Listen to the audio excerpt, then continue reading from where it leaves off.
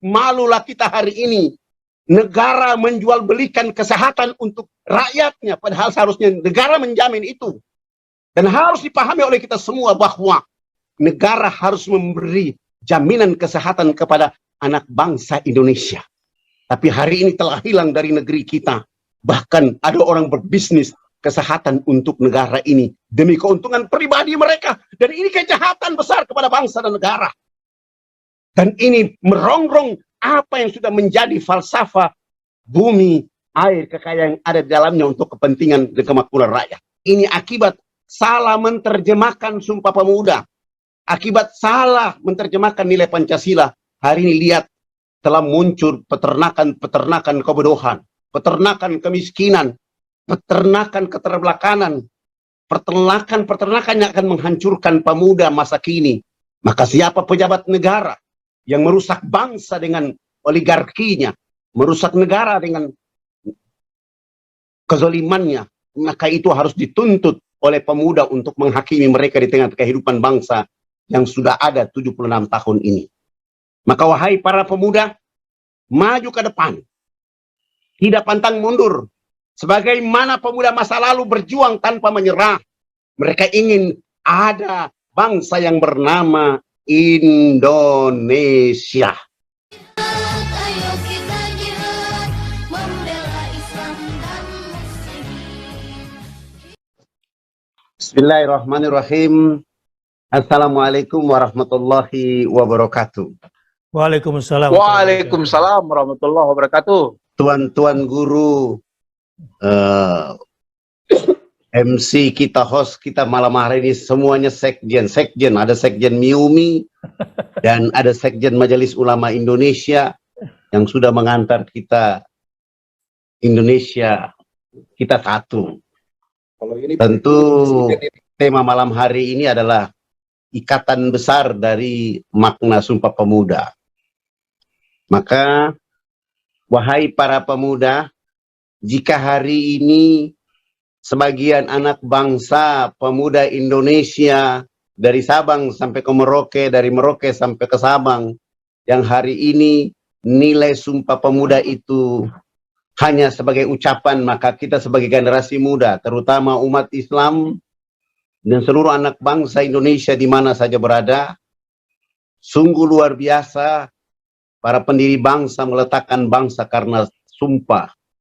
Karena kata Sumpah Pemuda ini punya makna yang tidak bisa ditawar. Kalau sudah bertanah air satu, maka apa-apa dalam tanah air, dalam milik anak bangsa Indonesia tidak boleh digadaikan untuk siapapun atas kepentingan apapun, kecuali dipakai untuk menjamin keberlangsungan hidup anak bangsa dari Sabang sampai ke Merauke di atas tanah yang kita sumpah, yang telah disumpahkan untuk kita.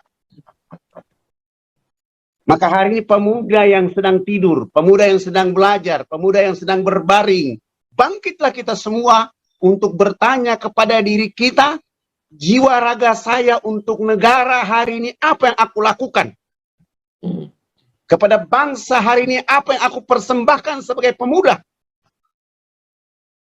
Karena aku tidak mau tanah air satu, tanah air Indonesia ini dipakai oleh oligarki, kapitalis, oleh oknum-oknum, oleh golongan-golongan tertentu untuk membuat perbedaan di antara kita, padahal kesepakatan sudah ada di negara ini dengan persatuan Indonesia dari dasarnya.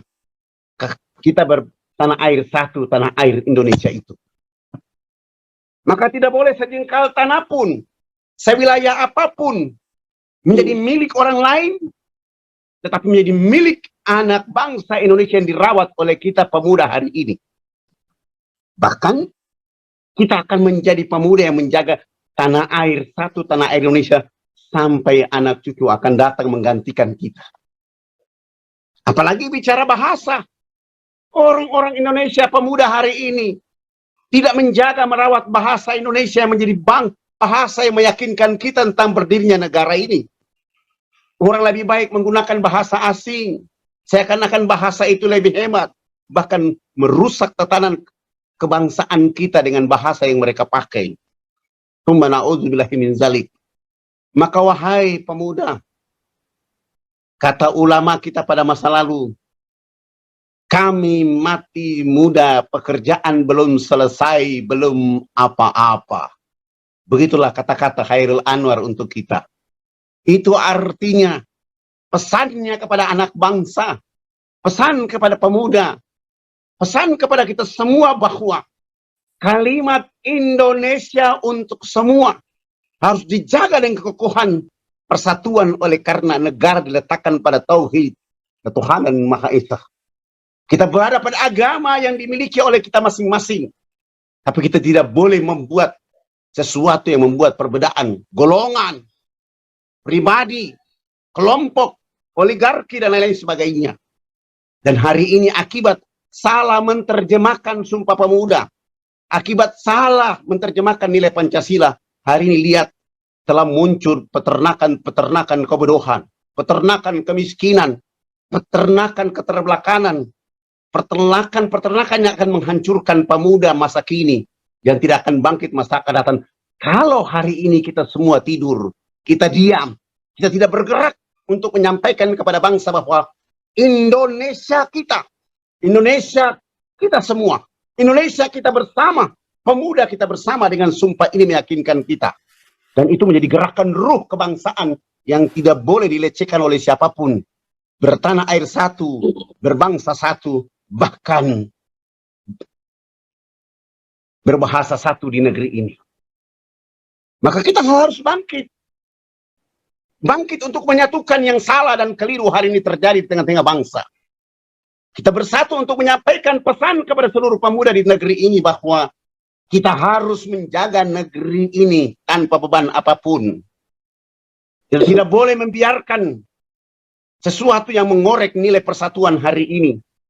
Seakan-akan mereka yang memiliki persatuan, sesungguhnya mereka yang merusak. Maka marilah, ideologi Pancasila yang telah diyakinkan oleh kita bersama, berarti menggugurkan pendapat-pendapat atau menggugurkan bahasa-bahasa yang membuat perbedaan hari ini. Maka siapa pejabat negara yang merusak bangsa dengan oligarkinya, merusak negara dengan kezalimannya, maka itu harus dituntut oleh pemuda untuk menghakimi mereka di tengah kehidupan bangsa yang sudah ada 76 tahun ini. Maka wahai para pemuda, maju ke depan, tidak pantang mundur.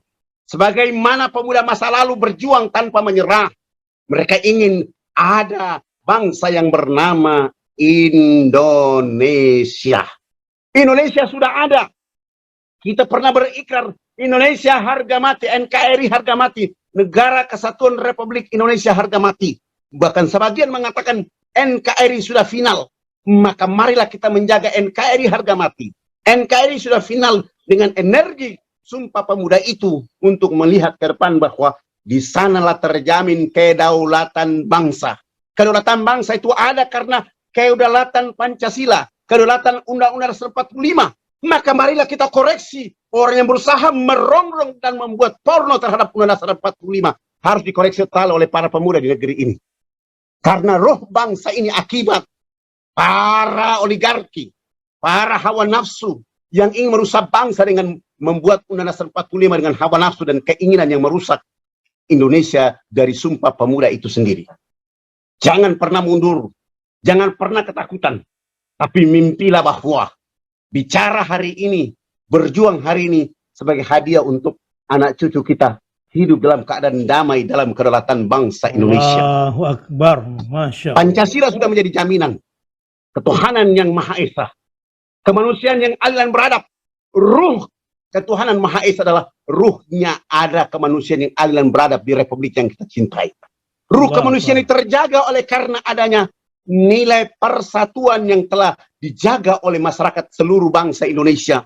Dari Sabang sampai Merauke, dari Merauke sampai ke Sabang, yang mereka berada di tengah-tengah kehidupan bangsa untuk mewujudkan permusyawaratan perwakilan yang penuh dengan hikmah, yang penuh dengan kedamaian, yang penuh dengan musyawarah untuk menghasilkan sesuatu yang menerjemahkan kebaikan untuk bangsa. Bukan untuk kelompok, bukan untuk organisasi, bukan untuk kepentingan tertentu, tapi bagaimana meletakkan bangsa hidup bersama dengan kepentingan bersama. Hari ini lihat, ekonomi kita hancur karena kelompok tertentu berusaha untuk merusak ekonomi. Padahal Pasal 33, bumi, air, kekayaan yang ada di dalamnya dipergunakan semaksimalnya untuk kemakmuran rakyat. Telah hilang. Malulah kita hari ini. Negara menjual belikan kesehatan untuk rakyatnya, padahal seharusnya negara menjamin itu. Dan harus dipahami oleh kita semua bahwa negara harus memberi jaminan kesehatan kepada anak bangsa Indonesia. Tapi hari ini telah hilang dari negeri kita. Bahkan ada orang berbisnis kesehatan untuk negara ini demi keuntungan pribadi mereka. Dan ini kejahatan besar kepada bangsa dan negara. Dan ini merongrong apa yang sudah menjadi falsafah bumi, air, kekayaan yang ada di dalamnya untuk kepentingan dan kemakmuran rakyat. Rupanya dari Indonesia Timur yang merasa negerinya terkuras,